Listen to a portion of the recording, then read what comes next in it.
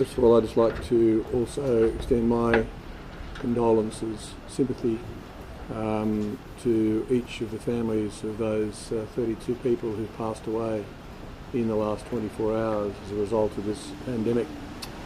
And as the Premier has said on many occasions, let's never forget that each of these numbers are people with families and friends, and to all of them, their families, their friends, our deepest sympathy.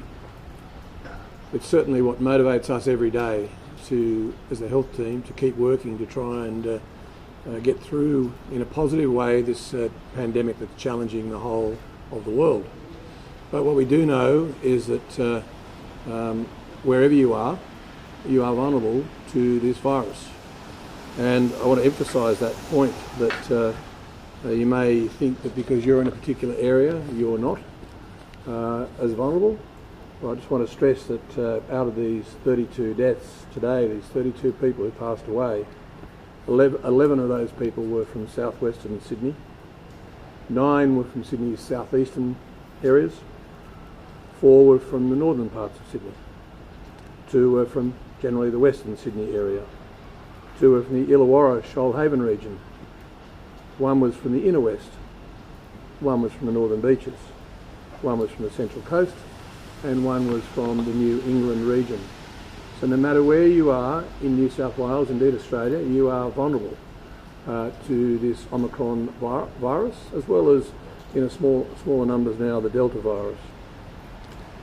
So what is important then is no matter where you are, to understand that you are not sheltered from this virus unless you have the shelter of both the social distancing issues that Kerry Chant, Dr. Chant has ensured that we're all very aware of, so wearing masks, being seated in hospitality areas where possible, and also this is advisory and or mixture of advisory and health orders, and of course making sure that you just keep your distance. That 1.5 metres still works very well, and of course at the moment, still, while it's very prevalent, working from home where possible and practicable.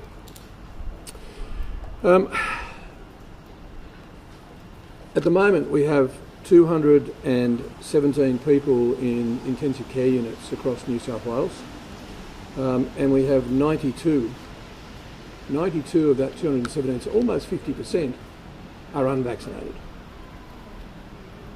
That's the message. There is, in addition to those measures that the government, and Dr. Chant and the entire health team have either made into or given as health orders or as advisories, there's one simple, solitary, really important message: get vaccinated.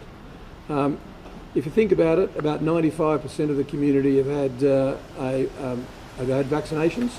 We're still working on the boosters. We want to see the boosters numbers increase as dramatically and as quickly as possible, and hence the reason why we're moving to a 3 months phase today, or as of the 21st of January, but announcing it today.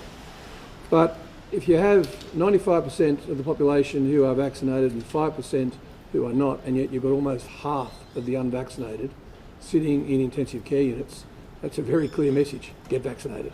If you get vaccinated, and preferably get the booster as soon as you are eligible, and there'll be many more people eligible as of today, you will be far safer. You'll be amongst the safest people in the world.